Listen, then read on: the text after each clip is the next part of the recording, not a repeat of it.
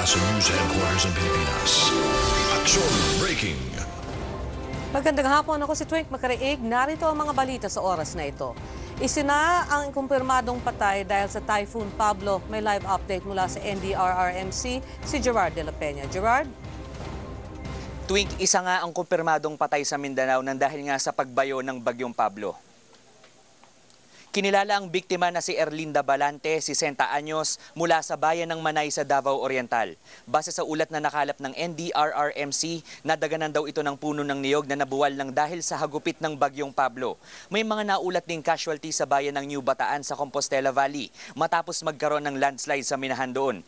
Inaalam pa ng NDRRMC kung ilan ang nasaktan sa insidente.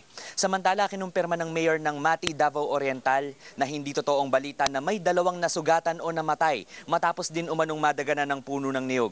Itinanggi rin ng mga opisyal ang naiulat na insidente ng atake sa puso. Isa rin ang naiulat na nadulas umano sa kanilang bahay sa Davao Oriental.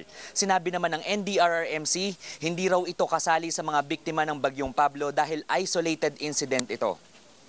Tweak, may mga nakuha ring on-the-ground reports ng NDRRMC na nagsasabing ang nagliliparan na mga yero doon sa Bukidnon kung nasaan naroon ngayon ng Bagyong Pablo. Inaasahan naman ng mga opisyal ng NDRRMC at ng Pag-asa na rin na lalabas na sa Philippine Area Responsibility ang Bagyong Pablo makalipas ang 48 hours. Twink?